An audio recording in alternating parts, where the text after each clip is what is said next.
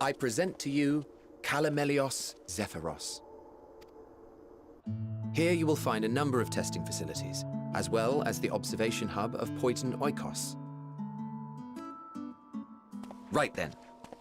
Let's begin by...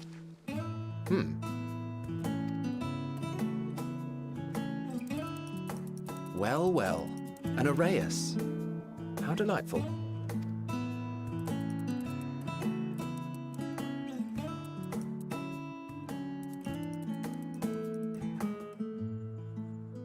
And what, pray tell, is that? Ah, that's a new species of shark. We approved the concept but a few days ago. Sharks are among the most popular sea creatures. Rare is the day when someone does not submit a new concept. At first, they were largely orthodox, consideration given to such things as size and environmental impact. And then a whimsical someone thought to bestow it with flight, another superior intelligence. And then the floodgates burst. Concepts with multiple heads, or arms and legs, and so on and so forth. It was getting absurd. A part of me wanted to tell them to go away and find something else to create, but in the end, I couldn't deny their passion. And here we are.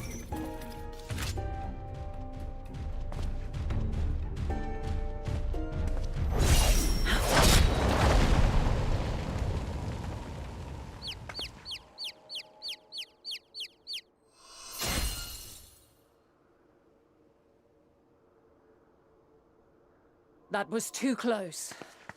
Are you unharmed?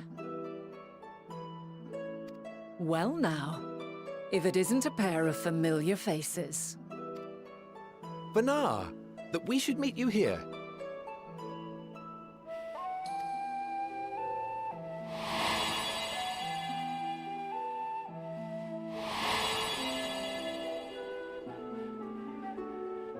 As I mentioned earlier, the better part of the convocation holds that when we retire is when we return to the star. Well, she is not among said majority. Even after stepping down, she carries on with her work. Vanar is her name, and she is the previous Azem.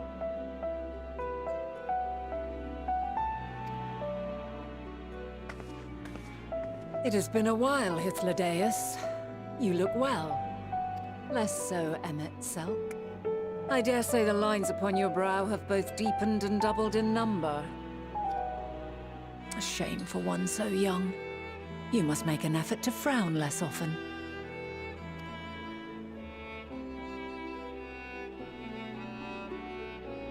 Easier said than done, thanks to your unruly successor. How is he, if I may ask? Incorrigible as ever. Rushed headlong into a volcano on the brink of eruption just the other day. I should be glad to share the tale in its entirety later, if you're so inclined. Oh, you know I am. Now then, you are?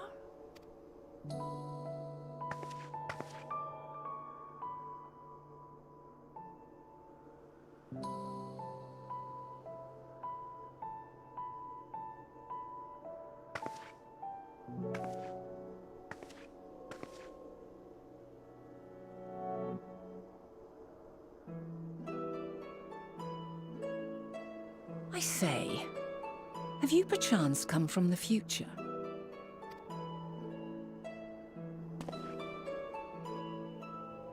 I do not believe we have ever met, yet I sense my magic upon you.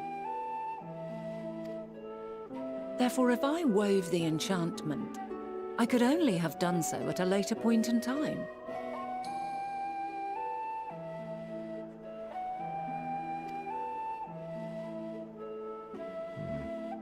What manner of magic is this, if I may ask?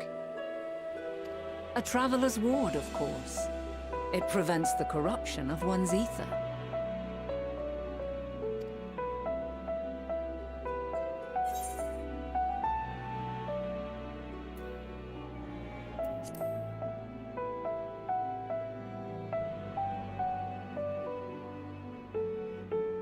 Primals, you say? Well, I'm not familiar with such beings, but if they enthrall by warping the balance of ether, then yes, the magic would afford you a measure of protection.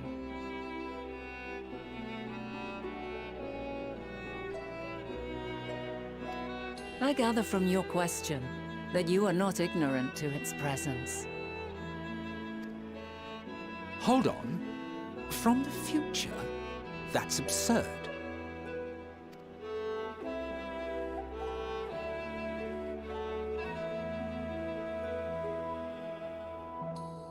What is it? Are you unable to speak of the matter?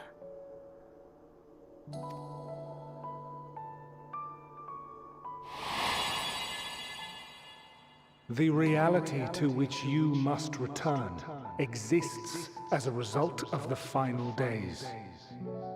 You cannot reshape the past to undo the tragedies of the present.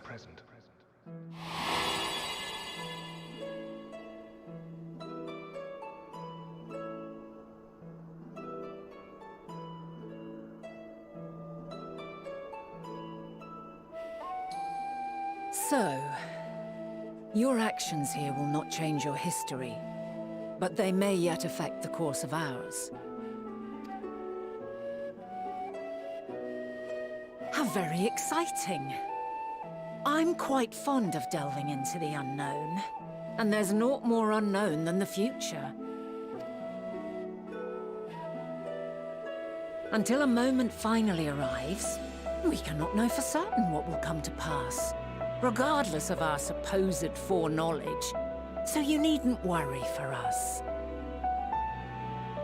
More importantly, that you should go to such great lengths as to travel unto the past bespeaks the gravity of your quest.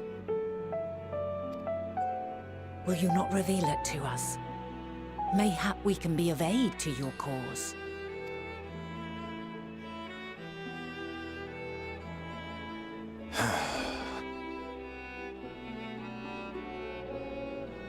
If this is true, then you've been keeping quite the secret to yourself. As a representative of the Convocation, I will hear it all. Your identity, purpose, everything.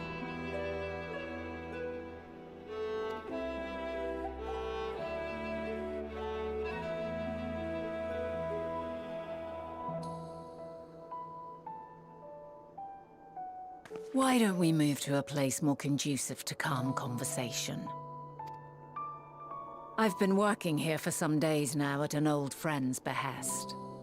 If it is agreeable, we may make use of my accommodation at Poiton Oikos.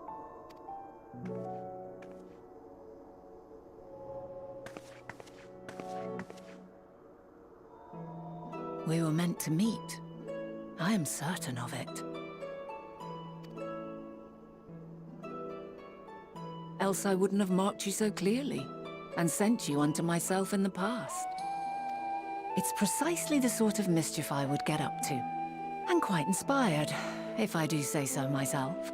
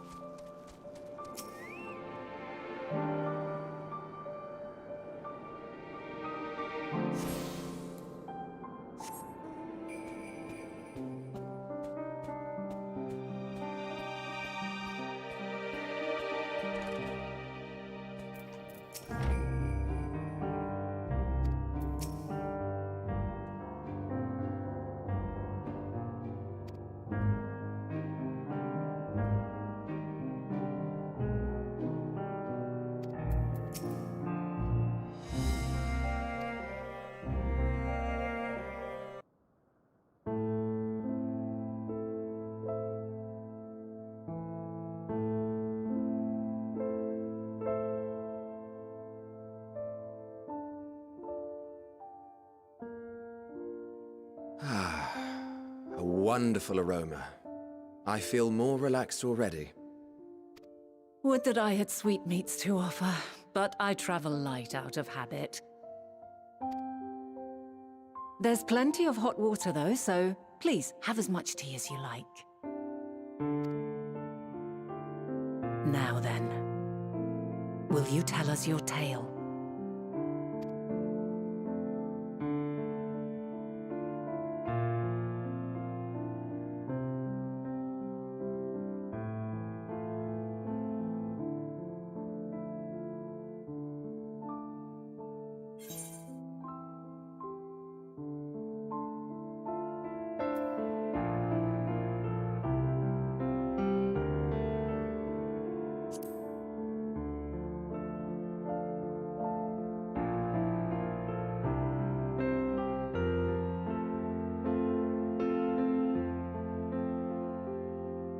Why don't you start from the beginning?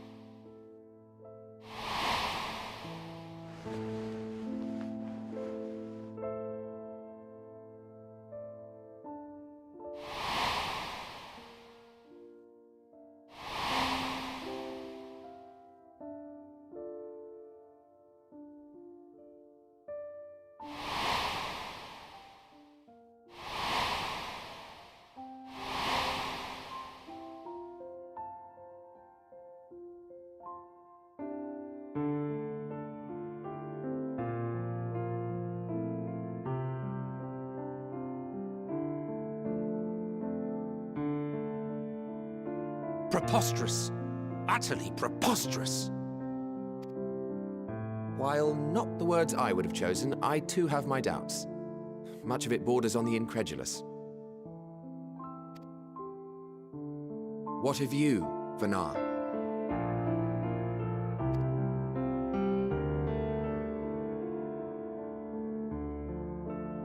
Not knowing the precise details of the first final days, it is difficult to determine the veracity of the tale.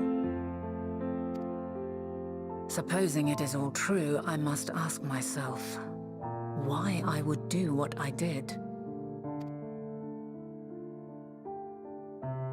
Why would I feel I had no recourse but to oppose the 14 and create this Hydaelyn?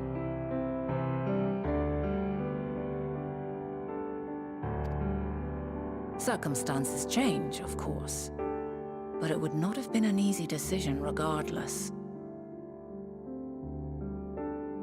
No, there must have been a reason. One compelling enough to force me to take such drastic measures.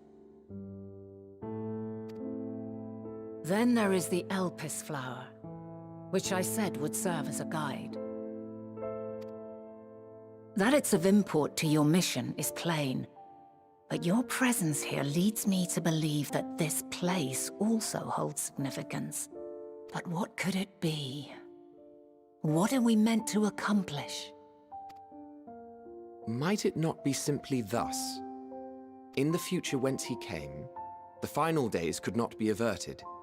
Mankind has no choice but to flee the star.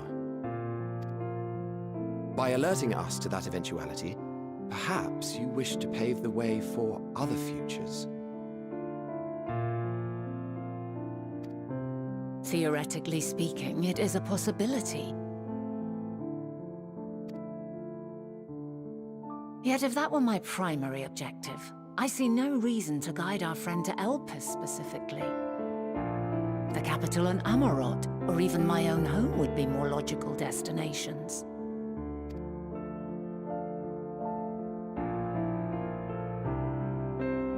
True, true. I note also that Hydaelyn did not specify a point in time to which he must return. By this, it may be inferred that it was not critical that we should meet.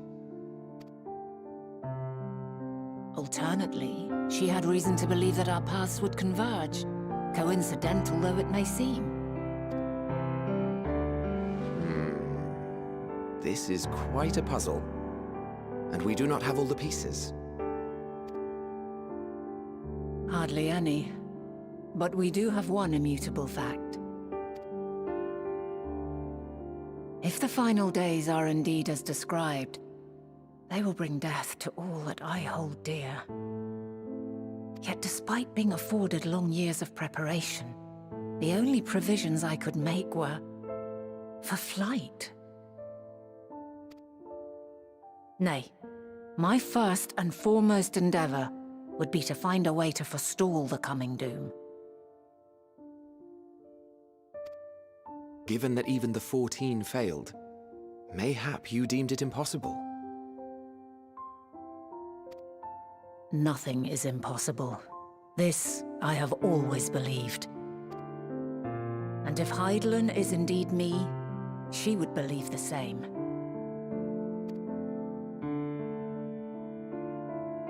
Listen to yourself. Are you seriously entertaining the notion that you are a messianic figure in some far-fetched tale?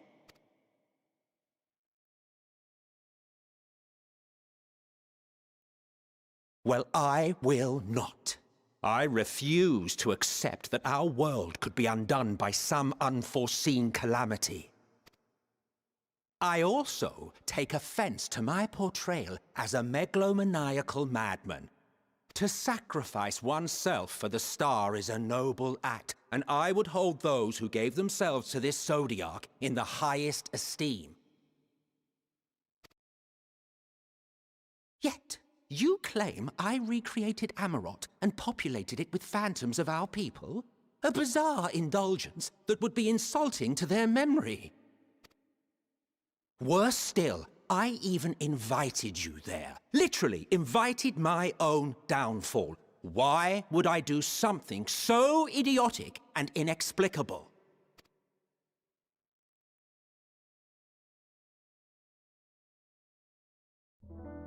Now, I will allow that the hypothetical task of restoring our world would be daunting in the extreme.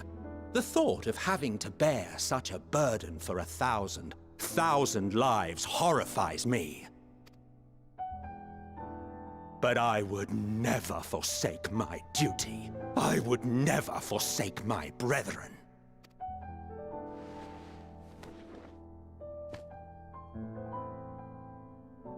You do not know me. I've had my fill of your fiction. I will return to my duty, and you will not bother me again.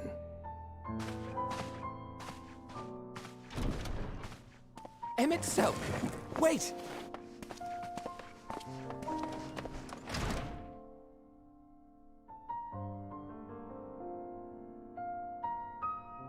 You've seen much of Elpis already. If you have any observations to share, I should like to hear them.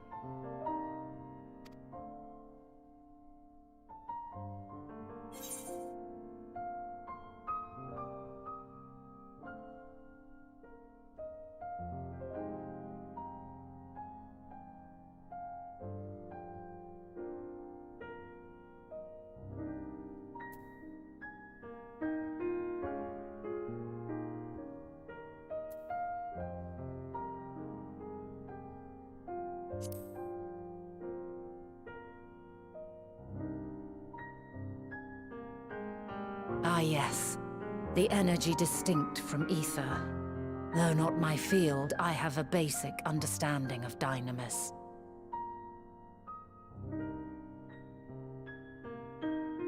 And you say Hermes researched the phenomenon in the course of creating Meteon? Yes, I believe this warrants further investigation.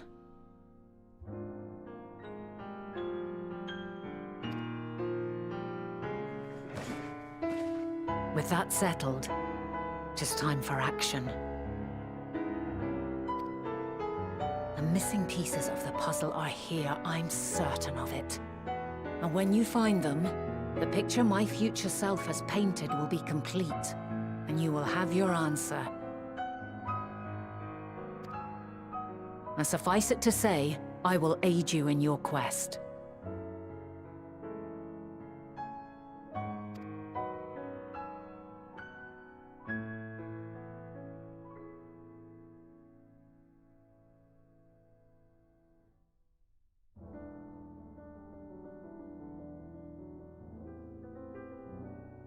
Have faith.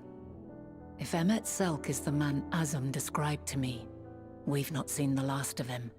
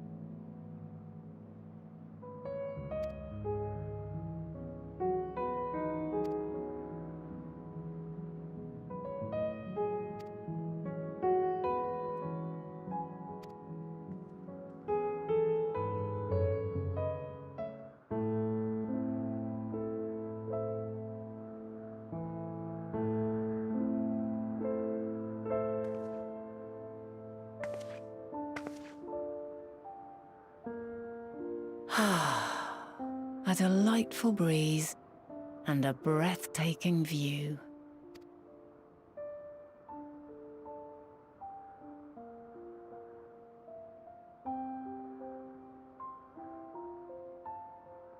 What is it like in the future? Is the world still a beautiful place?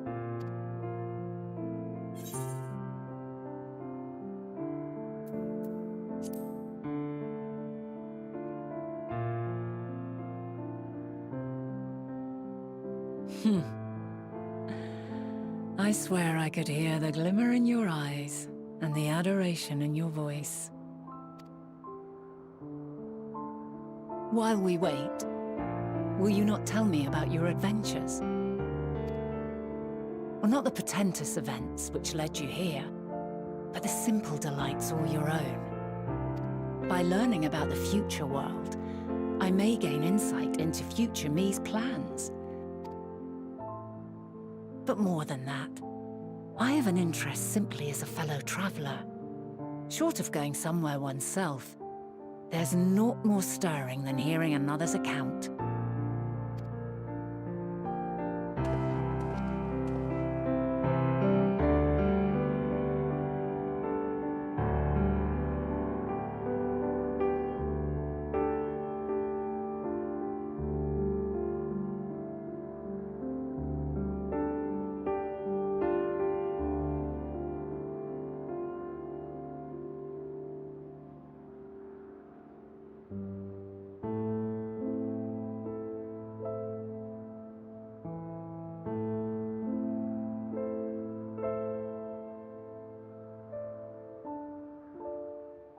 Incredible.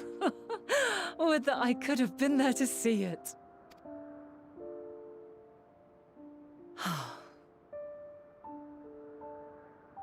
Yours is a harsh and unforgiving world. Yet in spite of this, your brethren hold fast to their virtue. To know that the light of mankind's potential still shines, even in that faraway place, it gives me heart.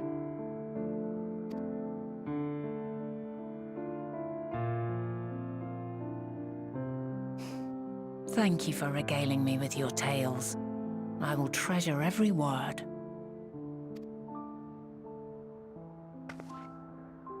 As you know, I was once a scholar.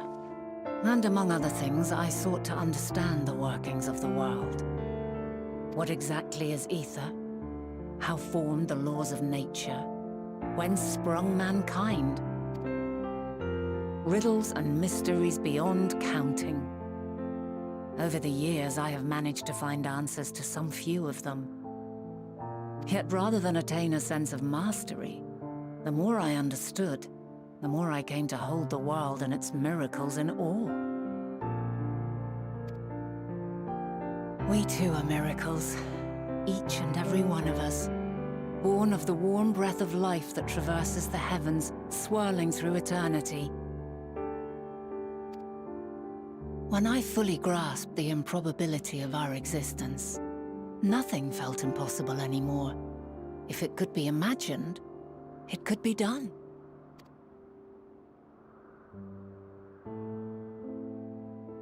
A passion swelled within me, an epiphany dispelling all preconceptions of what was natural and true. And a presence without, immense yet intimate. Fate, perhaps, holding us in its tender embrace. As reassuring as it was intimidating, how keenly aware I became of creation's fragility, built as it is upon precarious happenstance. I was overcome with an irrepressible urge to know the world more intimately, to hear its voice, feel its breath.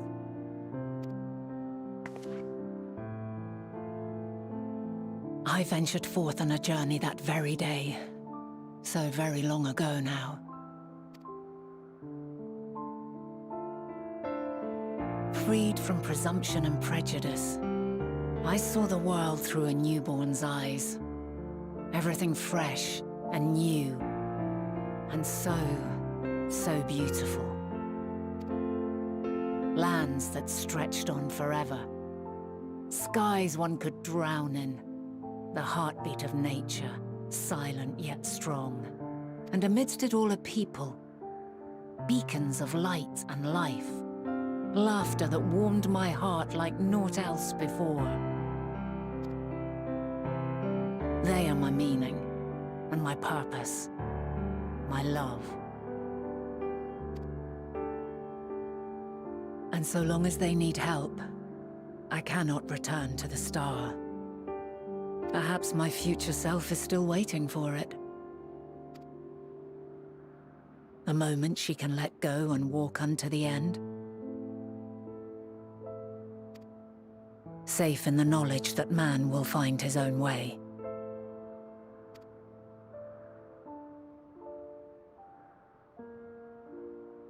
You, who are our future, tell me this, and tell me true.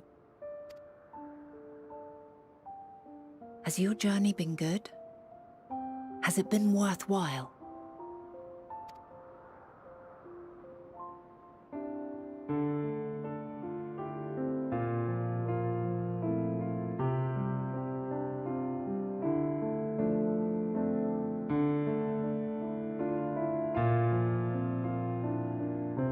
Pray forgive my lateness. My observation subject was rather irritable, and it took a while to settle it down. No need to apologize. Your work takes precedence. Besides, we had a pleasant conversation in the meantime. You're too kind. Now then, I'm told you wished to ask me some questions. Indeed. I've an interest in one of Hermes' creations. Meteon. You witnessed a host of them take flight, yes? Oh, that! Yes, yes, I did. 'Twas in the dark of the morn. I'd left the Thalassai after nocturnal observation. As I walked along, I spied a bright light climbing high into the southeastern skies. Then, in an instant, it was gone, like a shooting star, only rising rather than falling. But then another shot up, then another, and another. Intrigued, I made my way to the edge to investigate. And who should I spy on an isle to the south but Hermes and Meteon, the Metea, rather. There were lots of them, and I realized they must be the shooting stars that I'd seen. A dazzling spectacle indeed. Have you spoken with Hermes about this? Oh, yes. The sight left such an impression on me that I approached him about his mystery project the very next day. Alas, he said that he couldn't reveal anything just yet, that he needed to conduct further tests. It shouldn't be long now, though. He often returns to that isle, and I have a feeling he's nearing a breakthrough.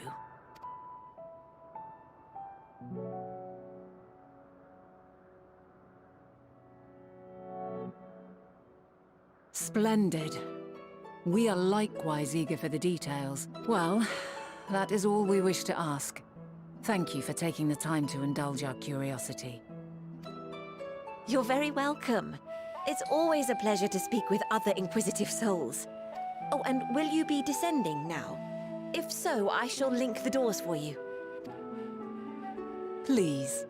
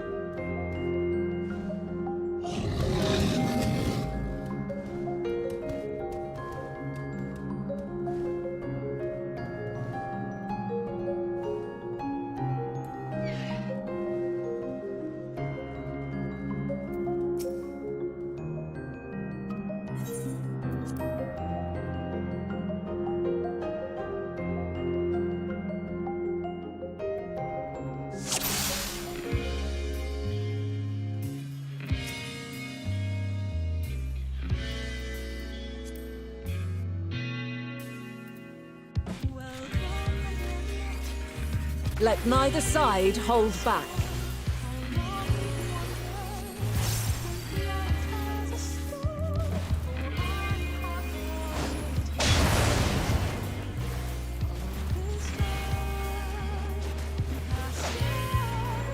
My blade sings!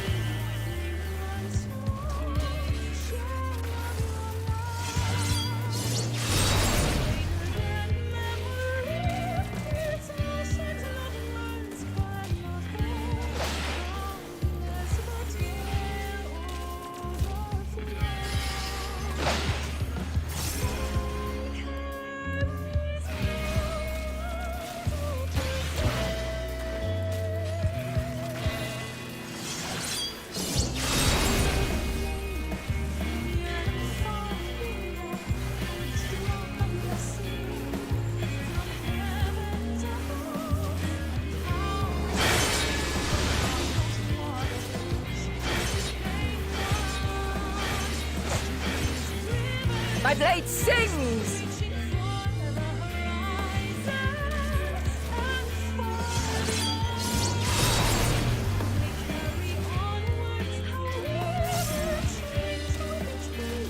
Impressive.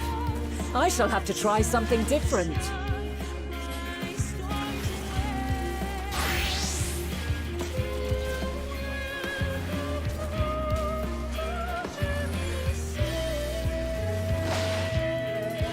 No quarter.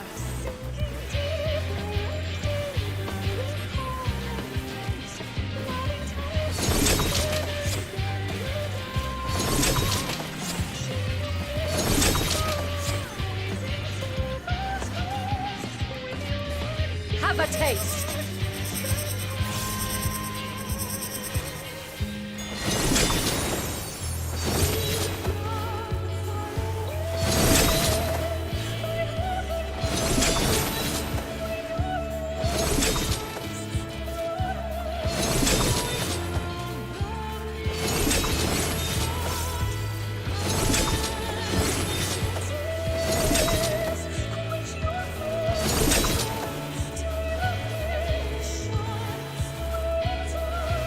I see you won't be easily overcome, but neither will I.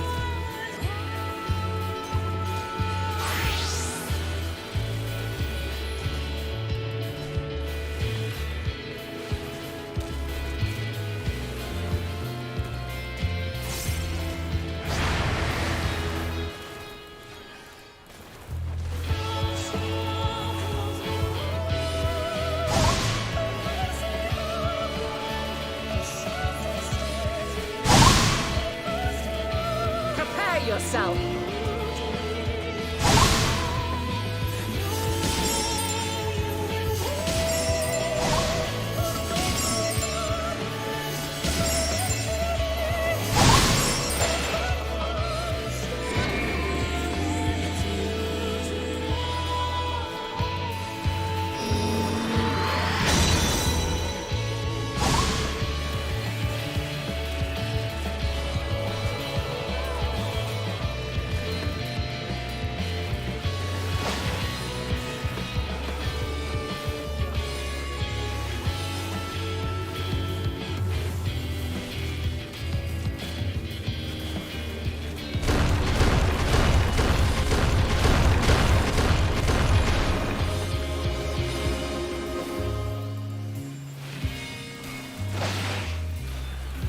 Very well. Let us move to the final trial.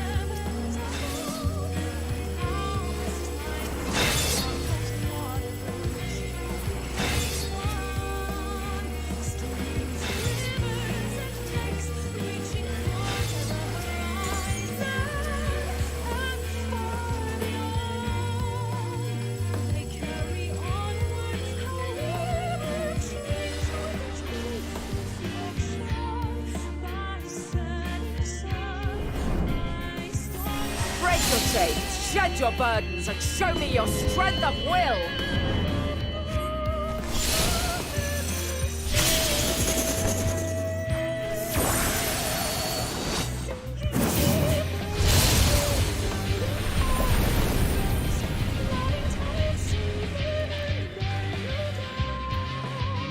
You still stand. The people of your time are more resilient than I had dared hope. I have seen enough.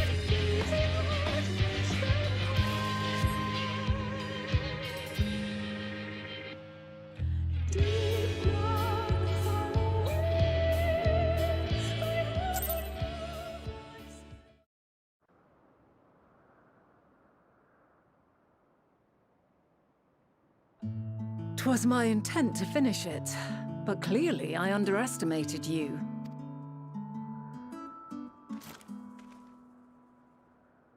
One would think I never learn. I made the same mistake with Azam when we first sparred. Despite being less than half my age, his strength was astounding. As is yours. 'Tis plain you have weathered considerable hardship. Far more even than your tales would suggest. It seems we have both learned much on our journeys.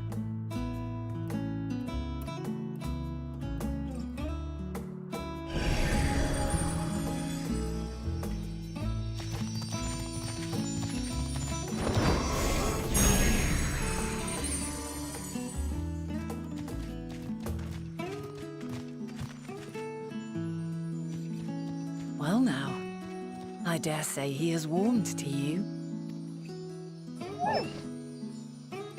A boon to be sure. He never forgets his favorites, and is ever eager to come to their aid.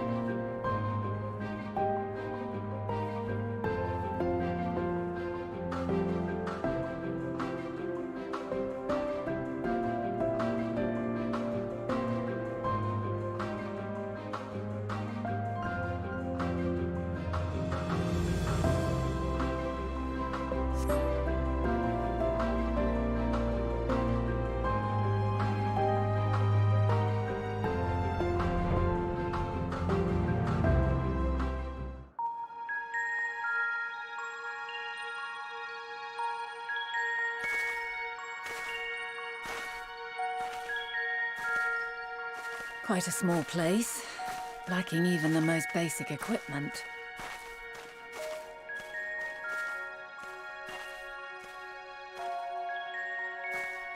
The present may yield no clues, but we may yet try perusing the past. Have you done this before?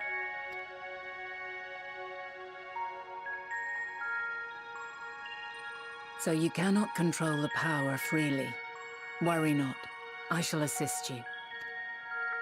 Come and stand before me.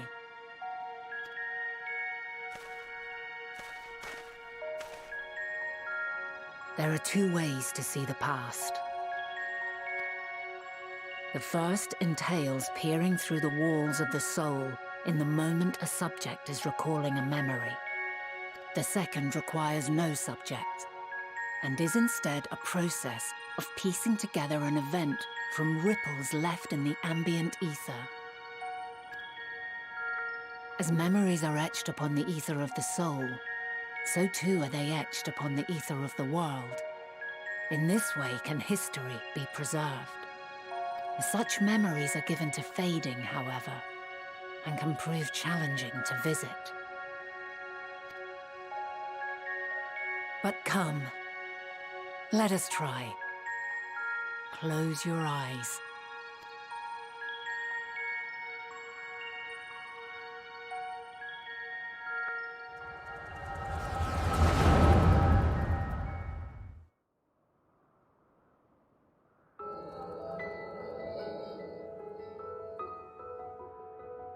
All units fully functional and proceeding on course towards their respective stars. Estimated time to completion of survey is 108 cycles. End of status report. Severing connection with shared consciousness. Did you hear that, Hermes? All is well.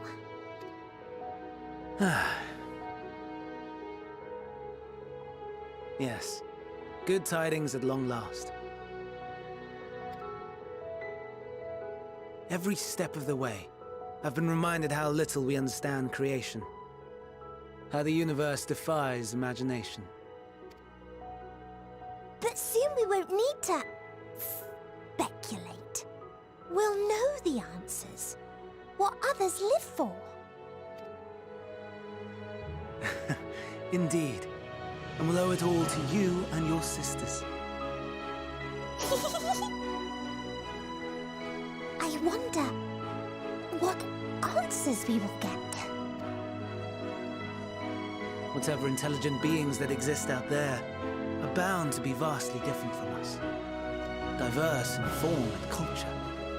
Possessed of unique ways of thinking. Their conception of life and its purpose will be no exception. Completely and utterly unlike ours.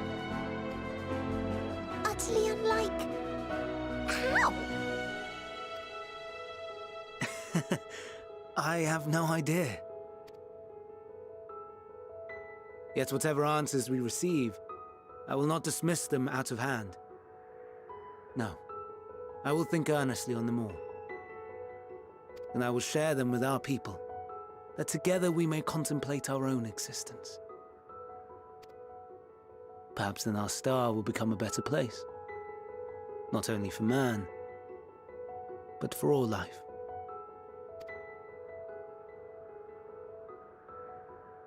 Meteon, though I gave you wings to soar the heavens, I did not teach you how to walk the earth.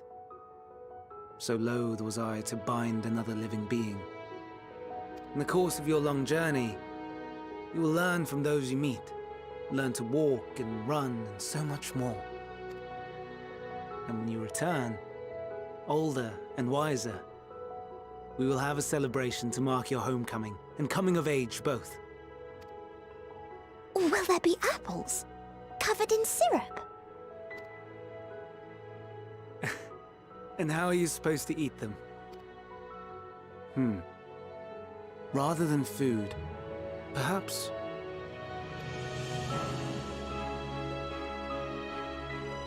a flower. Yes, Upon your return, I will gift you a beautiful flower.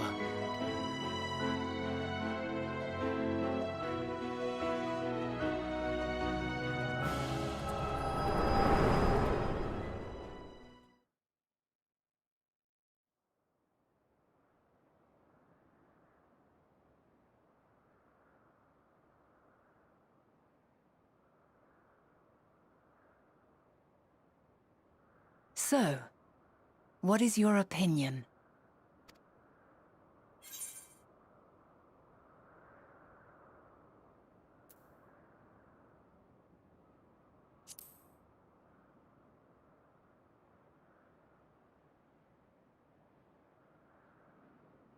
As you say, that was hardly conclusive.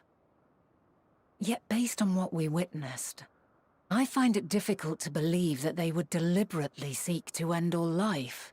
Be that as it may, we cannot rule out the possibility that they will play a part in bringing about the final days, perhaps unwittingly.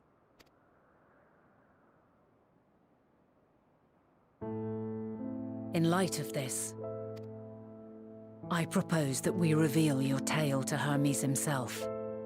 If he does not wish for the final days, as we believe, he may well join us in pursuing a solution.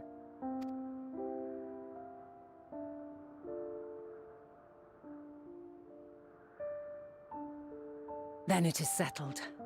Let us seek out our friend with all swiftness. 'Twould not do to let such a pure soul be blackened by tragedy.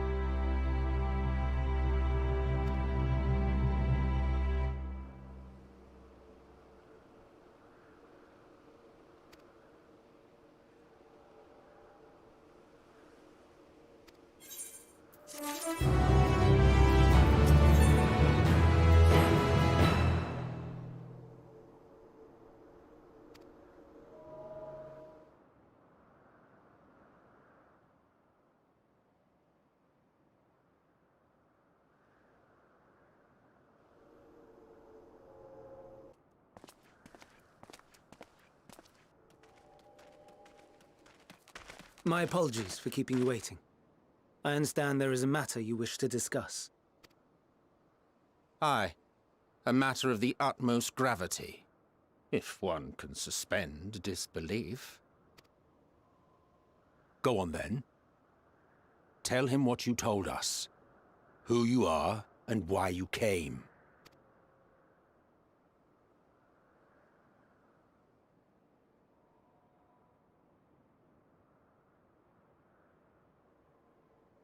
The final days.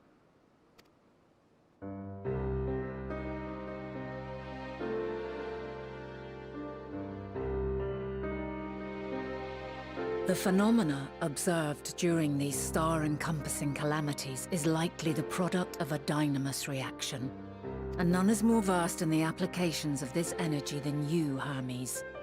I must stress that we do not believe you would desire such destruction. We come not to lodge accusations, but to beg your wisdom. And so, distressing though the exercise may be, I ask that you share with us your opinion on the matter, on the assumption that our visitor's tale is true. Even you, Vana.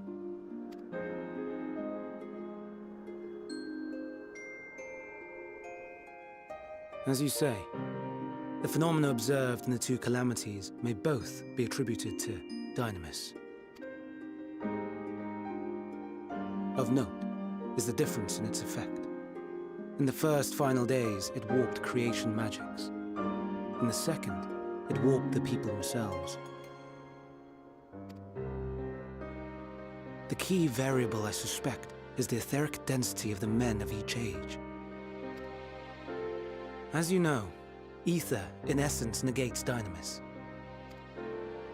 Harboring high concentrations of ether, we ancients cannot readily manipulate dynamis, nor be manipulated by it. Therefore, rather than ourselves, the calamity affected our magics. In contrast, having been sundered, the people of the future are composed of but a fraction of our ether. Thus are they susceptible to the influence of dynamis and its transformative potential.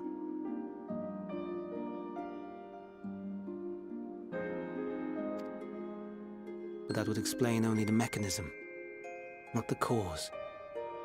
Though perhaps... What is it? Even should it be a hypothesis, we would hear it.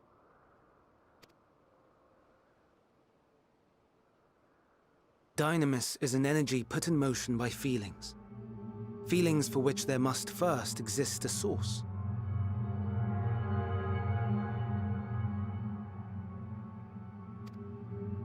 A source to which the victims must be attuned. One that harbors the selfsame negative emotions. Elsewise, it could not be the agent of such extreme change. So it wasn't the stagnation of the celestial currents. Someone, or something, is instigating the star's demise. So, we've a villain on our hands after all. Any idea who or what it could be? The celestial currents comprise the outermost layer of the star's ether, encasing it like a protective sphere. According to your tale, it was where the currents were weakest that the phenomena first manifested.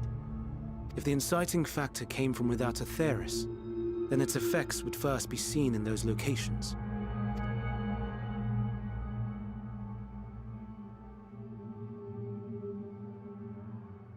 Greetings. Can you hear me?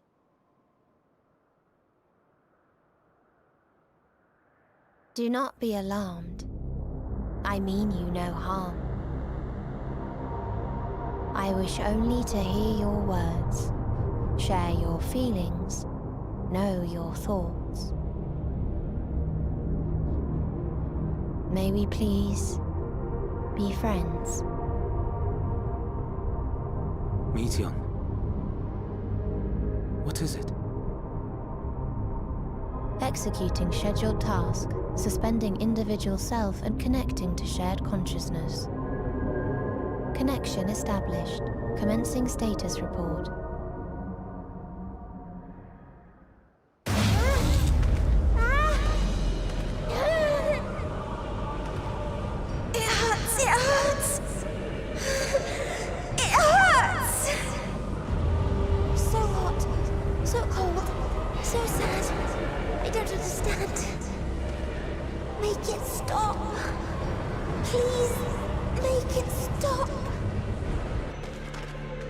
Steady, Meteon. Steady. So scared. So lonely. The pain. It's too much. Why? Why do we... They hurt. Hate. This is wrong. All wrong. She's gone? But how? She has altered her etheric density in order to blend in with her surroundings, an ability for avoiding confrontation. Most effective. Frustratingly so. I can't see her either. Not even a trace. Stay away. Please. This is wrong. My mistake. So please. Are you all right?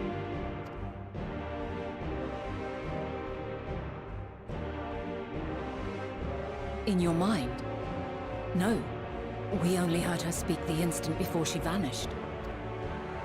Of course. When communicating without words, Meteon also employs Dynamis. That will explain why you were able to hear her when we could not. Then you are our best chance of finding her. Follow her voice and try to track her down. Hindered though we may be, let us split up and search as well.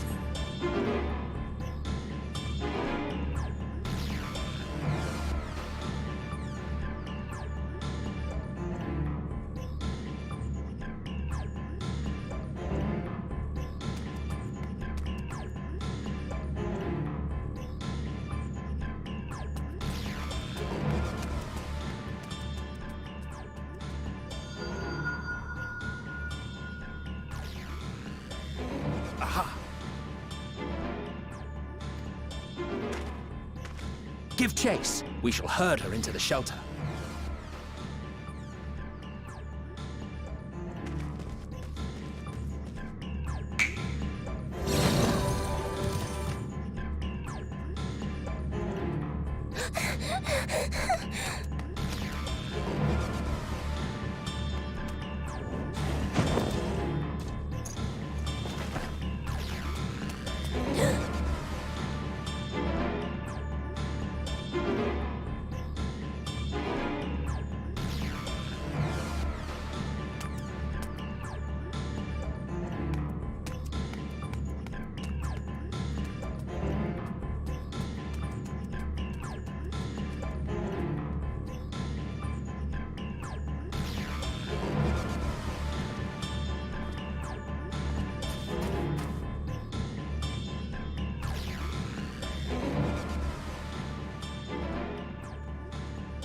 Please, Mission. We must speak.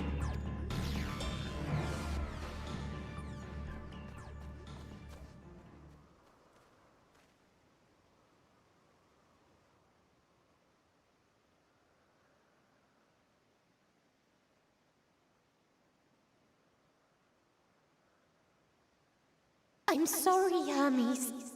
I'm so sorry. If someone can hear these words, then please... Please protect them. Protect them all.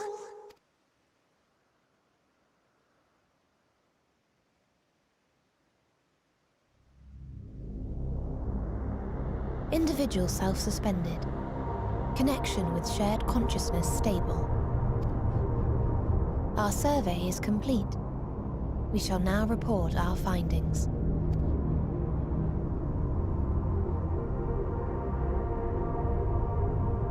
All units safely arrived at their respective destinations. Seeking answers to Hermes' question, we attempted to make contact with the intelligent denizens of each star. Results are as follows, in order of numerical code. Enna. Traces of civilization found. Structures believed to have served as domiciles. No extant life forms detected. Dio. Ruined remnants of buildings scattered across star, surface of which is encased in ice. Presence of life could not be verified. Tria. Evidence of large population centers, akin to cities recovered. No extant life forms found, only their lingering essence. Tessera. Edifices surmised to be abandoned residences found. No extant life forms detected. Deadly plague or extreme environmental degradation likely to have led to mass extinction. They are all... dead. Octo. Star found in state of violent conflict. Contact successfully made with inhabitants, but deployment of weapons of mass destruction resulted in total annihilation of local population shortly thereafter. Inea. Star is a barren desert. No identifiable flora found. Bones of living beings resembling men discovered beneath sands, but determination regarding their intelligence inconclusive. Remind me, Hermes, what exactly was the question you entrusted to Meteion? I tasked her with asking what others live for. What gives their lives meaning. Did you consider what may happen if the premise of the question is flawed? To be able to answer it, one must be living and desire to continue doing so. But if Meteion finds no living beings in the course of her journey, or none who desire to live, what then? What answers would she derive from their silence?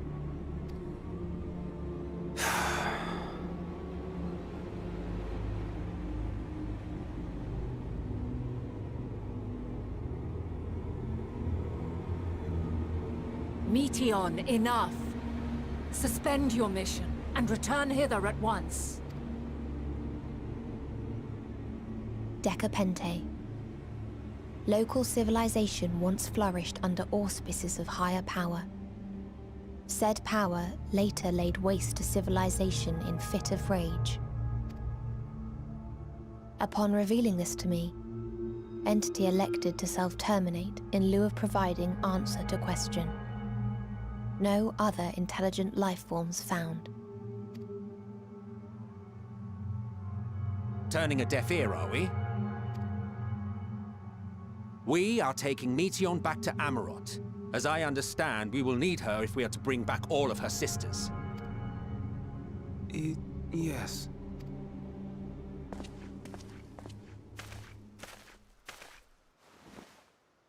Meteon.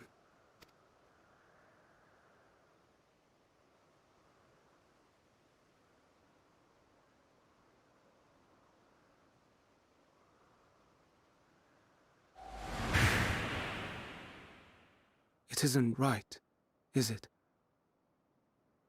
It isn't right to turn away from the answer. Even if the answer is pain.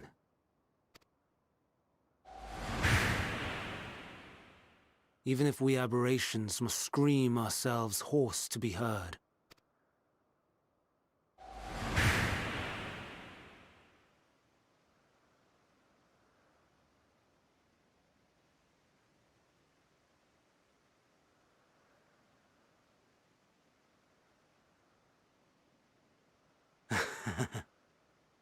Aye.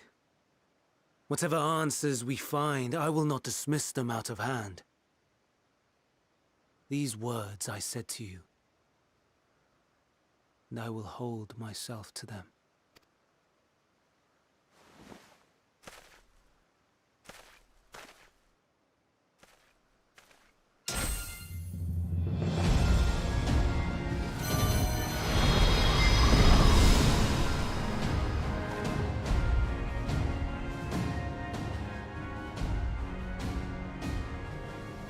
What is the meaning of this?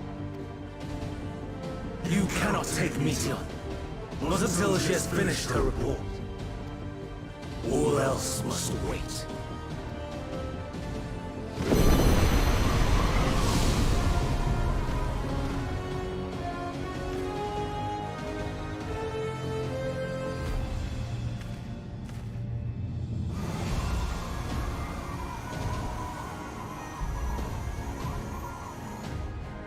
You fool!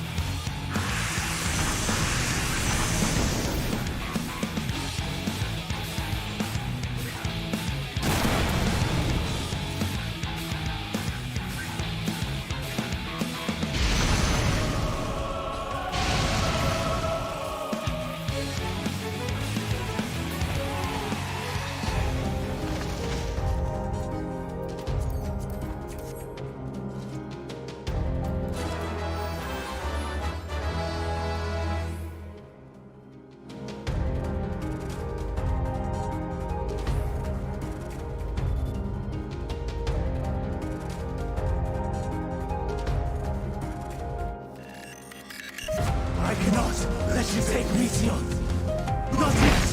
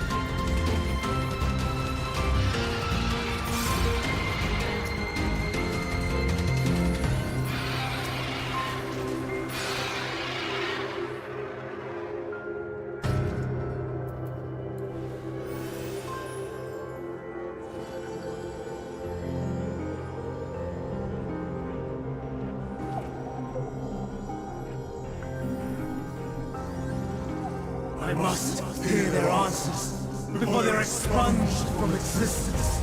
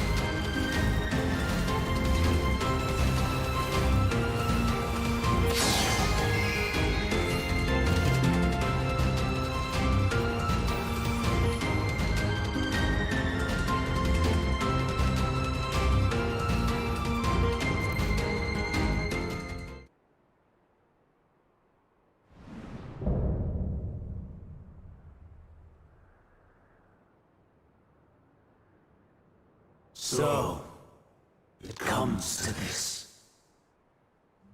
I have no wish to fight, but this time, I cannot yield. Though the world may think me a mad, desperate fool, I will hold fast to my conviction.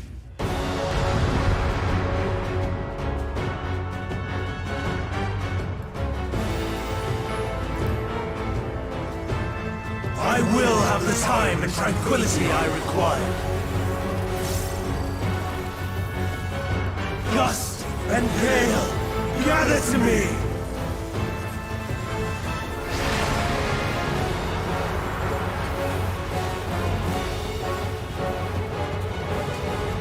Ancient Ram! Unleash your power!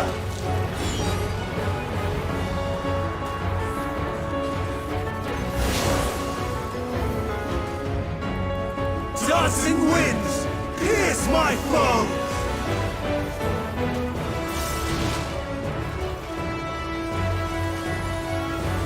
Stars on high, fall as rain!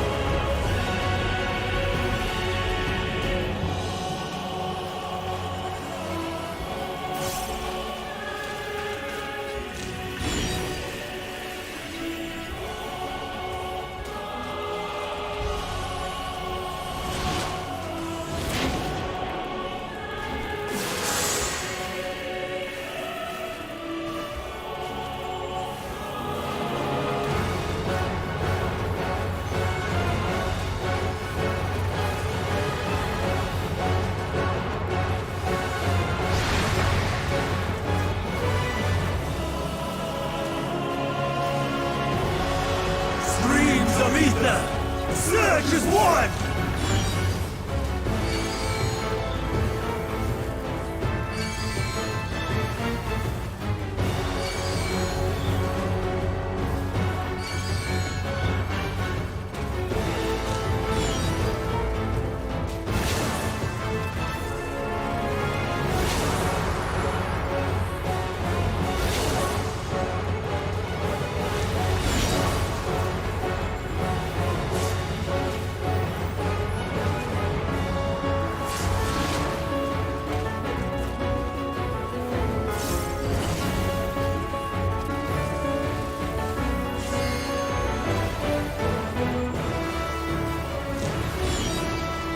Dancing winds, pierce my foes!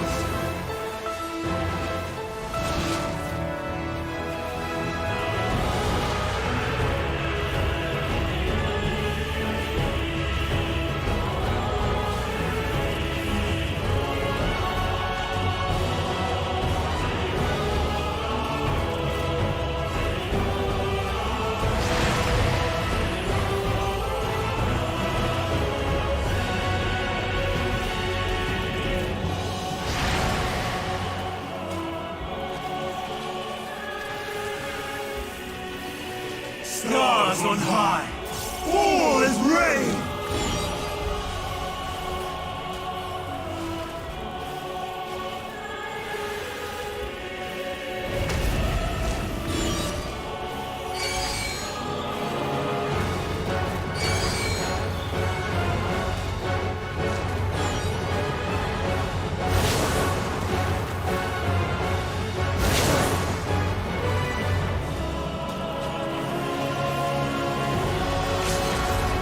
Even when transformed. But I am not finished yet.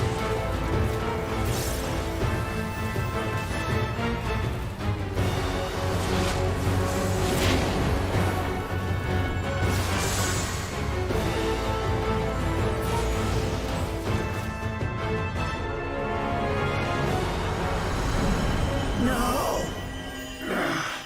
My power!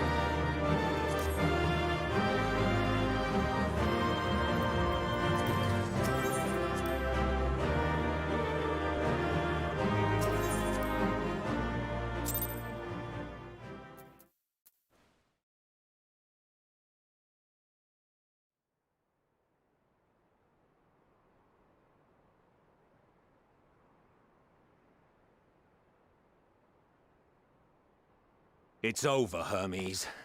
In the name of the Convocation, I hereby take Meteion into custody. And setting aside the matter of your nomination, you will come with us too. We require your knowledge to assess and resolve the situation.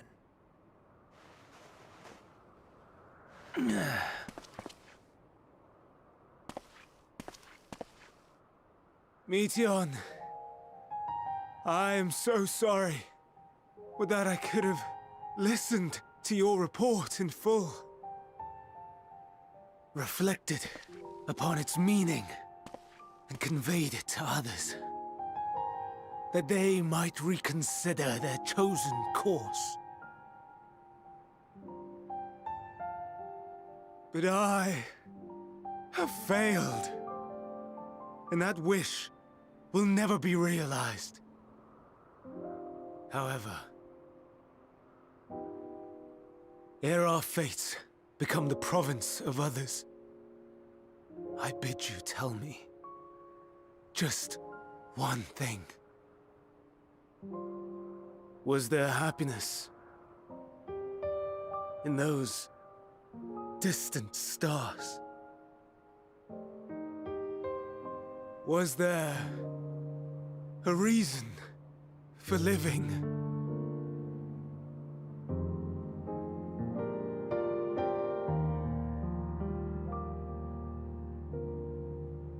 We conducted our search as per your instructions.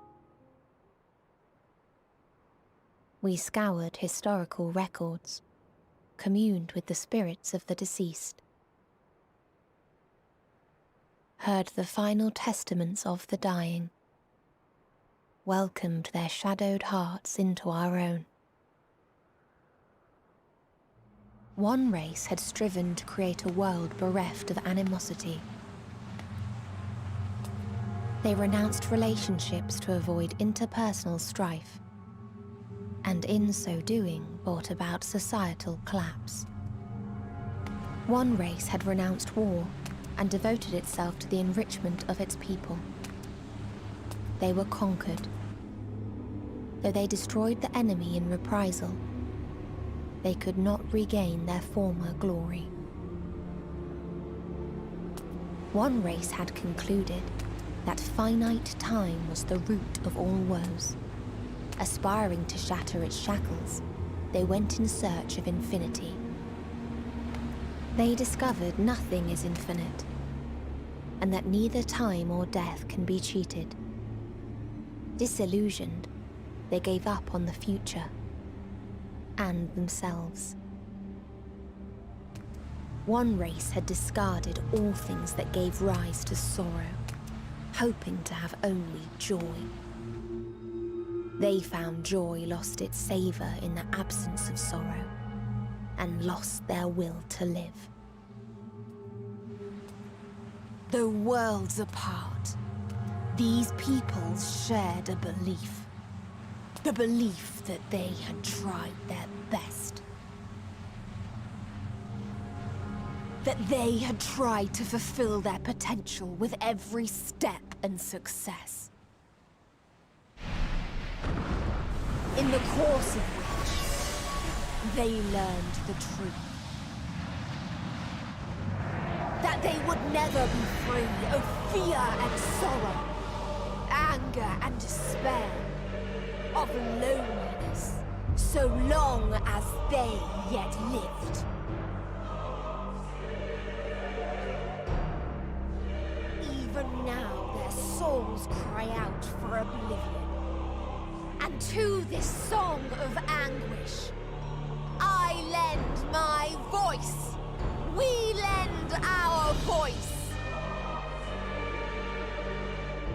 Oh, beloved mankind, shimmering jewels of beautiful Atheris, rejoice, for we will free you from the cruel yoke of existence.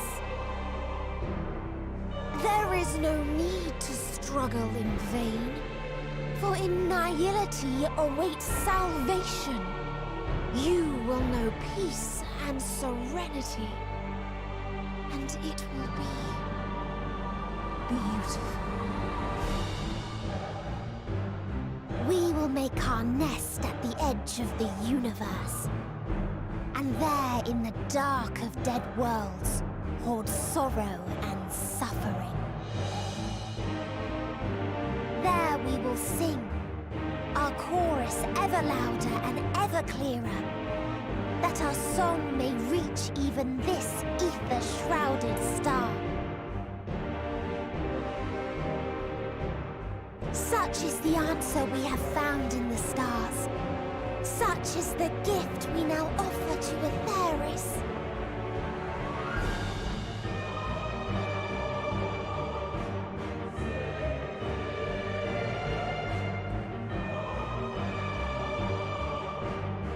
Who are you to decide our fate? To decree we live or die?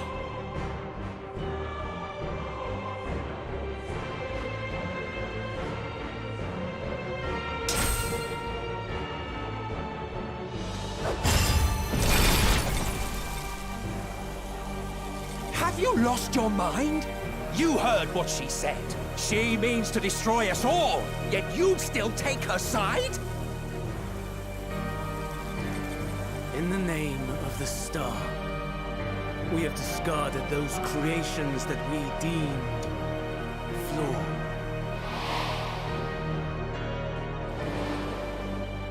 If we ourselves are flawed, it does not stand to reason that we too should be discarded. That is sophistry, and you know it! Perhaps it is. Perhaps I am wrong. Who is to say that you are right?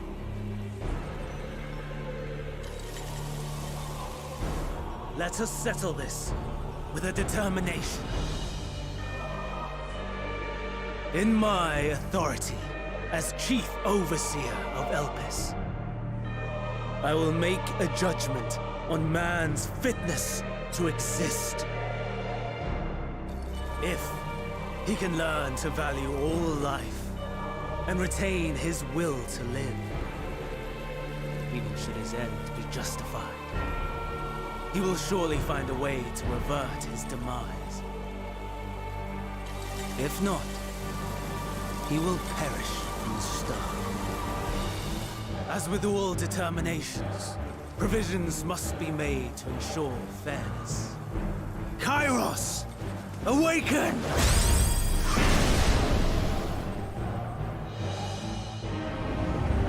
Memory reconfiguration system Kairos activated. Awaiting instruction. Command. Universal memory alteration. Target area. Catesis Hyperborea. Starting point. Arrival of Emmet Selk of the Convocation at Propylion. Endpoint. The present. Erase the memories of all events, and replace with a vague recollection of the following. I was here, preparing to demonstrate the functionality of Kairos to Emmet Selk and Hitherdays. Meteon's shared consciousness became unstable. She and her sisters could not sustain their existence, and all dissipated in a burst. The resultant shockwave accidentally triggered Kairos, which erased several days of memories from all present. Execute. Command acknowledged. Initializing. 3 processes remaining to execution. Bravo. I dare say one would be hard-pressed to make it fairer. Everything that you told us, everything that has happened, the fact we've even met, it will all be gone.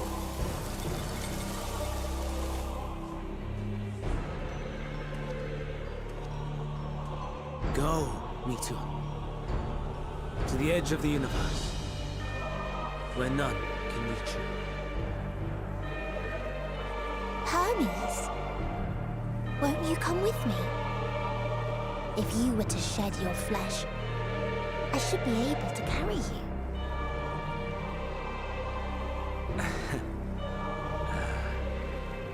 I will remain. As a man, I will oppose the oblivion you bring. Silly fool. Had you said yes, I would have granted you the gentlest end.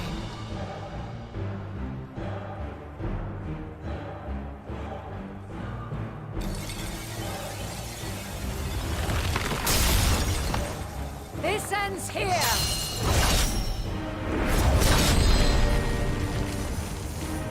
Fly, Meteor!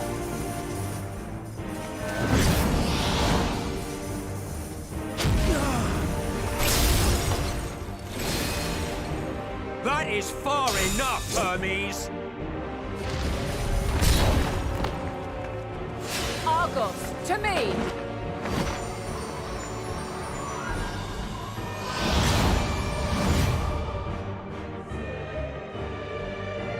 First process complete.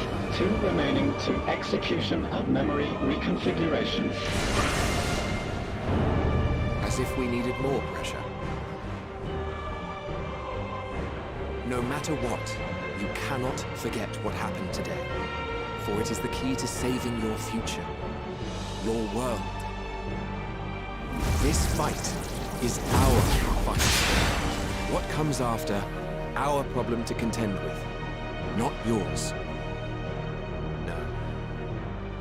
Your own struggle awaits.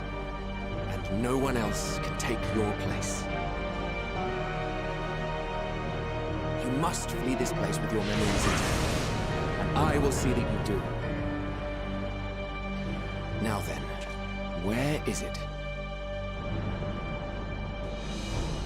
There you are, my little confluence.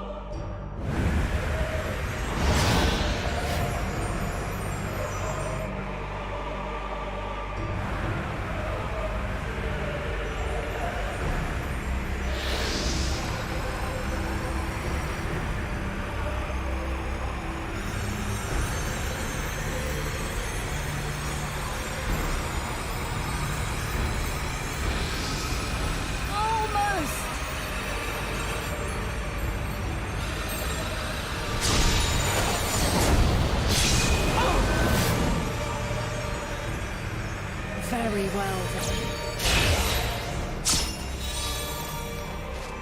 You may elude us this day, but not forever.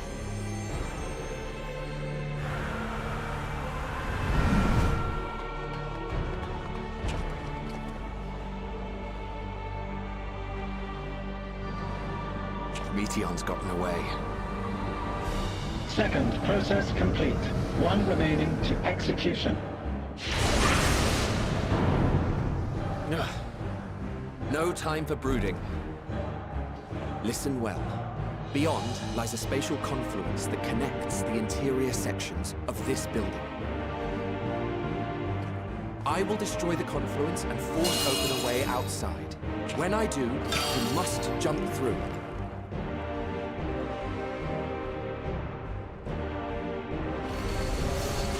I cannot tell you how sorry I am. Neither can I let you escape!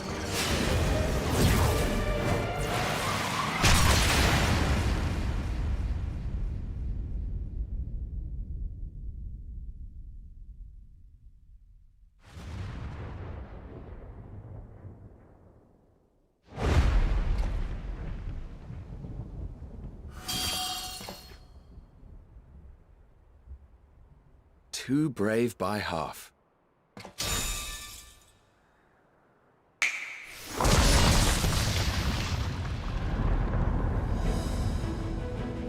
Exemplary work, as always, Emmett Selk. What? But how? I thought the confluence was... over... Over there? Yes. We were rather hoping we would. It was never anywhere but where it is now. The instant those two began making their way towards nothing, 'twas clear the plan was a diversion. I'm quite incapable of destroying a confluence, I must confess. A gambit brazen beyond words. Though we've grown accustomed to reckless improvision due to the antics of an incorrigible associate. Though, in the case of certain present company, incorrigible is an understatement. Honestly, I'm beginning to suspect it's a requirement for every Azen.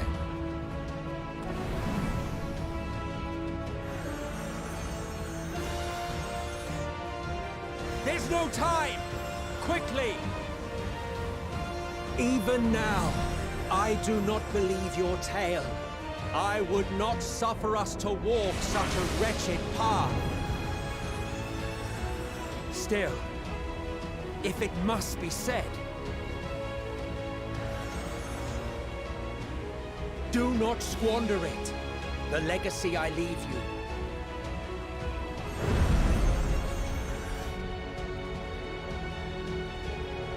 Final process complete.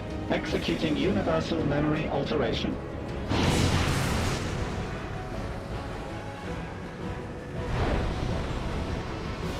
Go, Argos!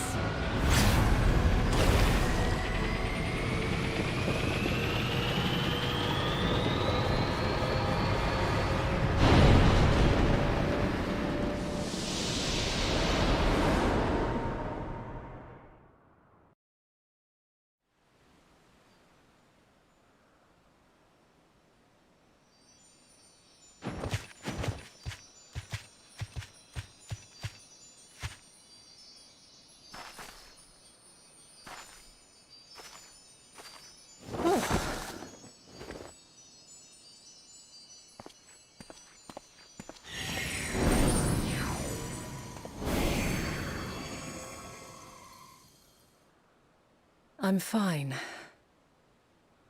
Just a little tired. Can it be true? Are we the only ones left who see beauty in the world? In life? Are the stars above no more than husks of fallen civilizations?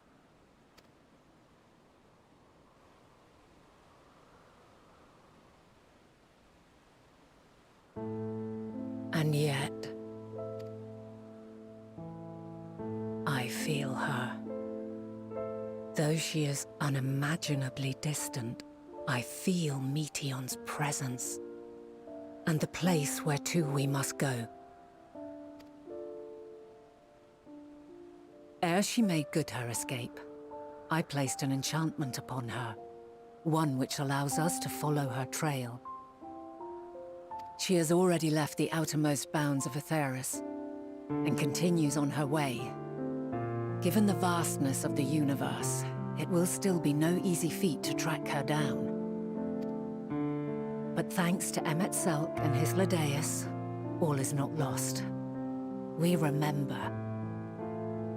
So long as we remember, our fates remain ours to shape.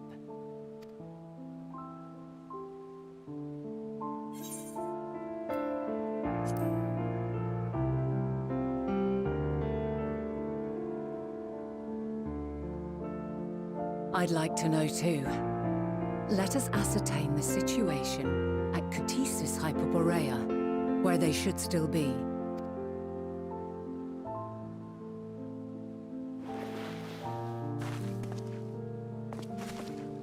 Given the likely state of their memories, however, it would be imprudent for us to approach them directly. In which case...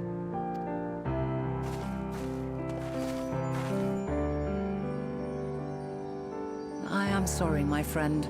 I've asked much of you this day. But may I trouble you one last time?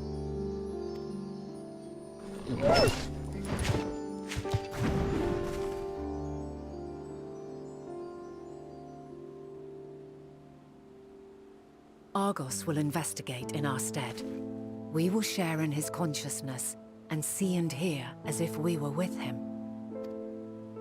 Now, close your eyes and open your mind.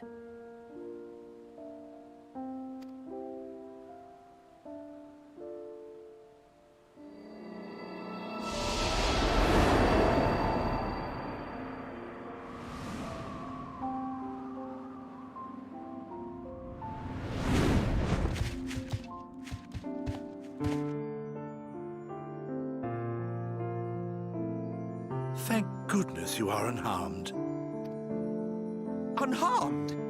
There is a gaping hole in my memories. I can scarcely remember arriving here in Elpis.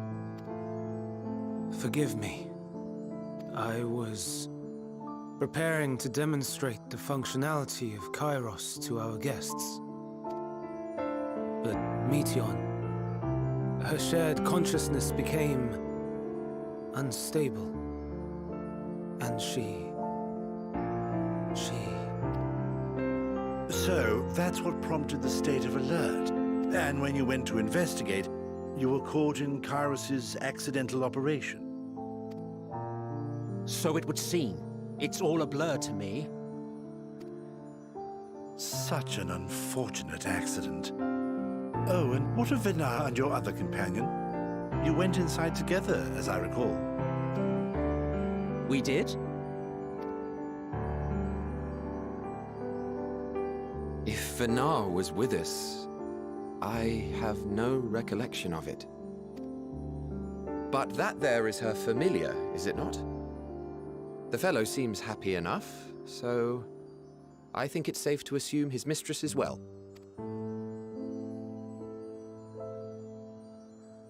I haven't the slightest notion who this other companion might be, however. Ah, well, that individual struck me as a bit different, for want of a better word. Perhaps it wasn't actually a person, but some manner of creation. Curious. I must ask Vinar about it when next we meet. Yes, yes, you do that. Now, if we may tend to Hermes, whatever this Meteion did, it seems he bore the brunt of it. Once you are fit to travel, you will return with us to Amarot. We need to make certain there are no other ill effects. Also, I am here on business of the 14. We've already had the conversation, like as not, but since your toy wiped my memory, we'll have to have it again. Yes, of course. As you see fit. This Kairos, it manipulates memories through the emission of etheric waves, correct? There is a theory which holds that memories scoured by blasts of ether are restored when the soul is cleansed in the underworld. If true, then perhaps when our time comes to return to the star, we shall remember these few days we have lost. I doubt aught of interest occurred. Look forward to the revelation if you like, but I should prefer to reminisce on more meaningful moments.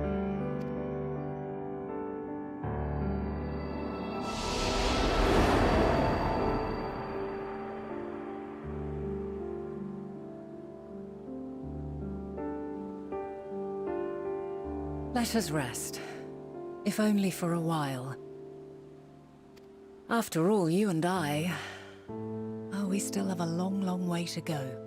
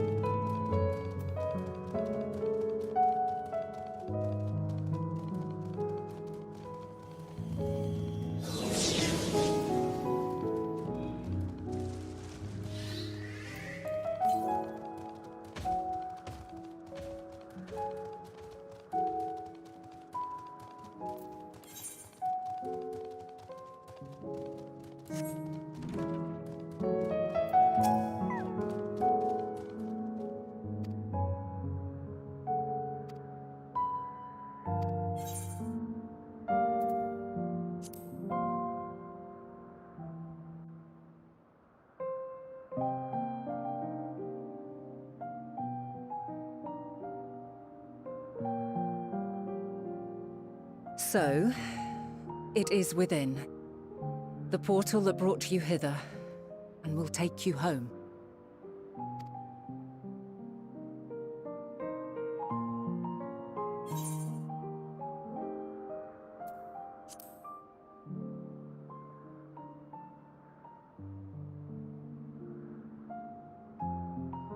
May you and yours emerge triumphant. Make use of the knowledge you have gained, that your days in Elpis and our friend's sacrifice be not in vain. With Meteion free to pursue her designs, 'tis only a matter of time until the final days are upon us. We must be ready. From fortifying our defenses to securing our escape, there is much to be done. In spite of this, we cannot allow the report that set this calamity in motion to become common knowledge. Were the masses to learn the fates of the other stars, I fear the situation would spiral out of our control.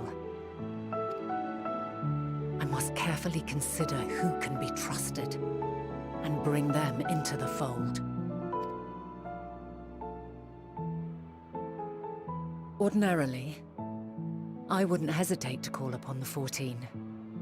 However, it was the desire for a fair determination that drove Hermes to attempt to erase our memories. And were he made aware of his actions, there is no telling whether he would remain a friend or become a foe. Alternately, we might try to alienate him from the convocation. Yet in doing so, we would deprive ourselves of a brilliant mind who would be invaluable in the crises to come. Quite the dilemma. Which is why I must work independently of the convocation. Regardless of how we proceed, if we are to permanently avert the final days, we must be equal to Hermes' challenge. We must prove that mankind is worthy to exist. And this hinges, I think, on how we confront the all-consuming despair that accompanies a senseless and seemingly inevitable end. Bewildered and divided, we would perish like the peoples of those celestial ruins. We could not hope to survive the final days, much less take the battle to Meteion at her nest.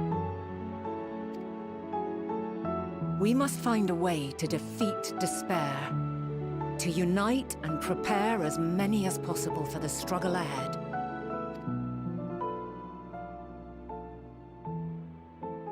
Heavy will weigh the burden of guiding this legion of souls. Yet I have faith in mankind's potential. As long as he believes in himself, there is naught he cannot achieve. So I will not give up on him, on us.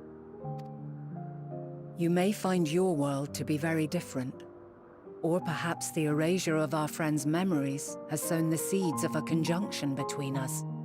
We cannot know until the moment is at hand. So shall I strive to do my best, taking naught for granted as I walk my path.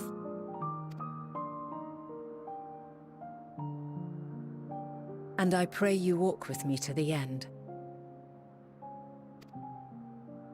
As you move forward, so too will I, as will all, resolved to fight for the morrow. And when mankind has found the strength to stand against despair, we shall silence the song of oblivion. She who sings it will learn our journey is far from over. This I promise.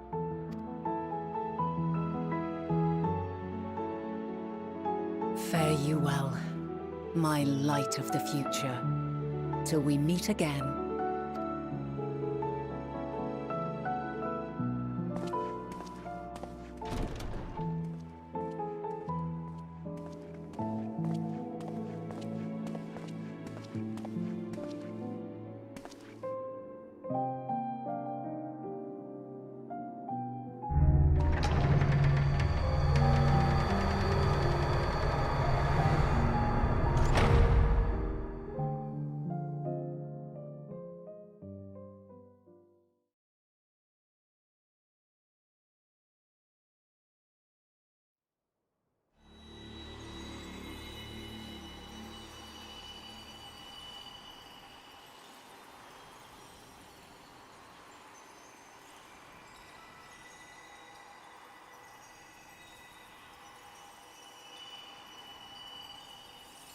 From this day forth, I shall strive to bring honor to the seat of Vandani.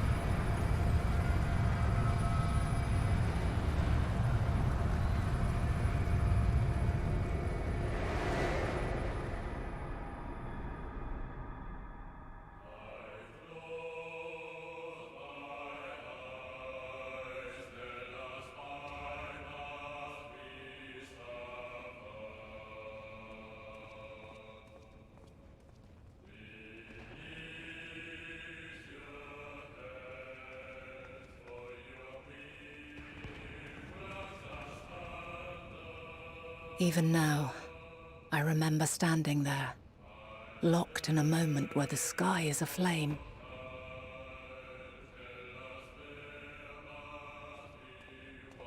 Where stars fall as tears, and screams darken the seas. Where resignation rots the trees.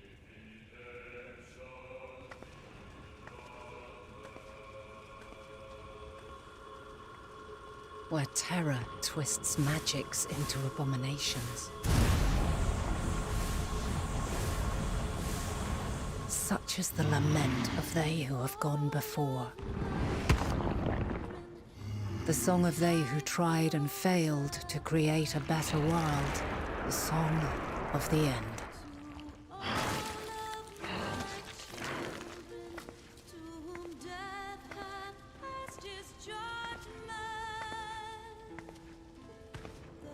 That which hides at the edge of the universe is no longer hope's creation.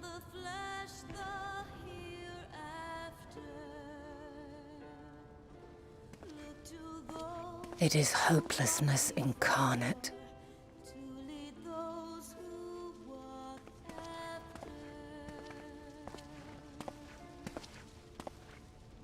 That day, mankind saw half of its number sacrificed to bring forth Zodiac.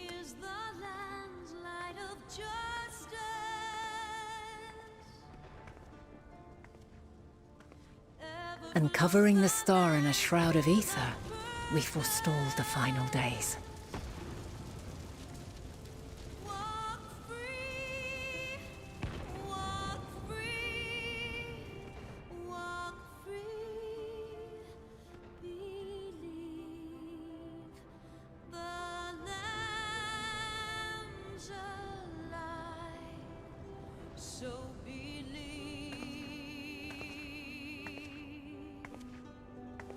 Yet the cries echoed still. We wept for innocence lost, wailed for death inevitable.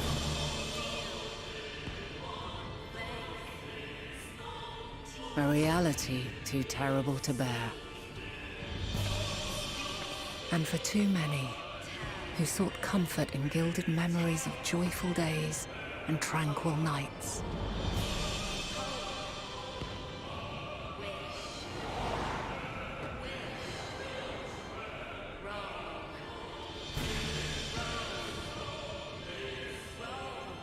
This is all wrong! Why must we suffer so? It needn't be like this. No. There must be a way to restore things to the way they were. To reclaim the perfect paradise we once had. No, my friends. Suffering exists, and we cannot pretend otherwise. No civilization, however great, could eliminate it. If we would live, we must accept it as our constant companion. Let us not seek to forget this tragedy. Let us carry it in our hearts, that we may grow stronger and know true happiness. We can't accept it! We won't accept it! It will be ours again! A world free of sorrow! No, it will not. For there has ever been sorrow. Mankind was but spared its biting sting for a time. So please, open your eyes. To try and reclaim those lives we lost by sacrificing yet more isn't wisdom. It is weakness. No paradise is without its shadows. If we cannot accept this truth and learn from our pain, then our plight shall be repeated.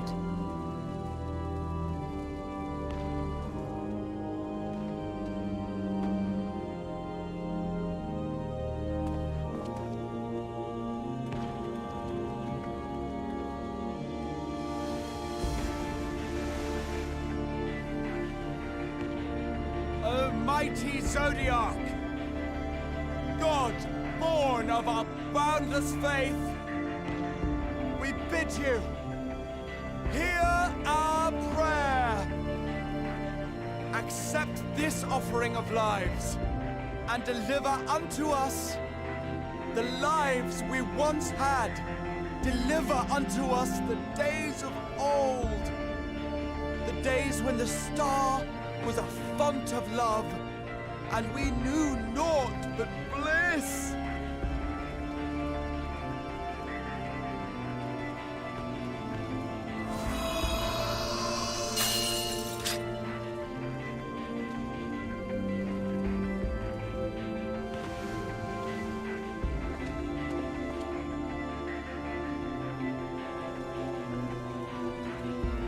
You would destroy it?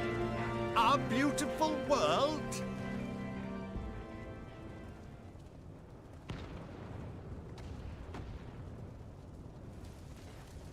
Lands that stretched on forever. Skies one could drown in. The heartbeat of nature, silent yet strong. And amidst it all, a people. Beacons of light and life. Laughter that warmed my heart like naught else before. They are my meaning and my purpose. My love. In spite of, or perhaps because of this, I choose to believe in mankind's potential, in his ability to find a way forward. So let there be no way back. From that temptation, I sunder us. No more shall man have wings to bear him to paradise. Henceforth, he shall walk.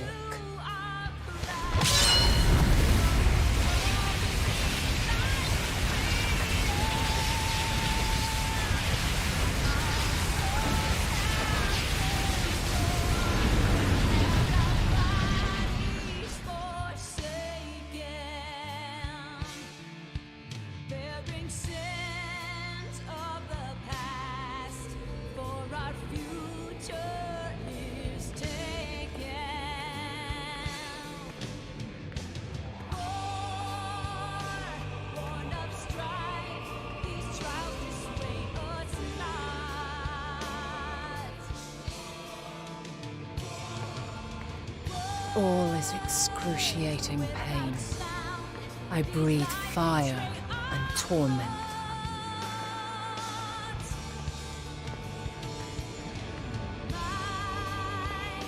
I birth a world of suffering to mire and plague.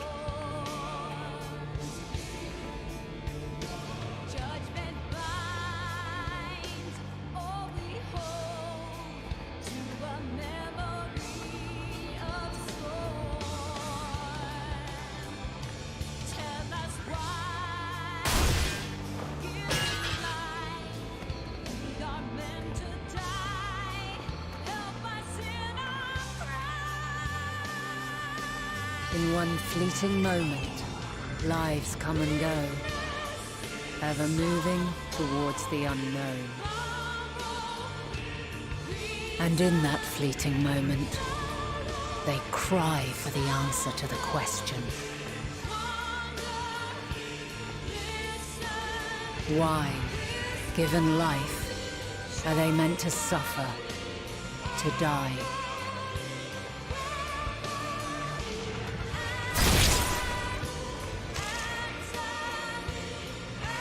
As fragmented, imperfect beings, yours is a never-ending quest.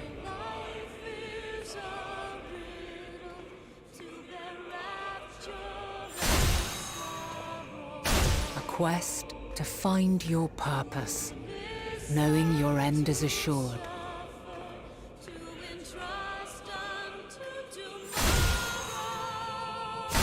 To find the strength to continue when all strength has left you. To find joy, even as darkness descends. And amidst deepest despair, light everlasting.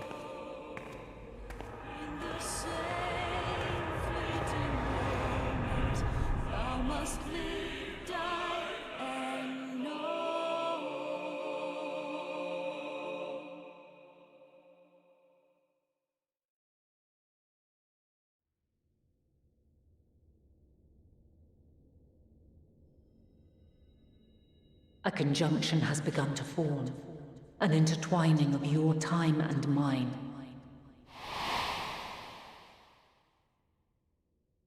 When you truly understand what is at stake, and your journey has prepared you to surmount the insurmountable, then shall I honor the promise made in another time, another age.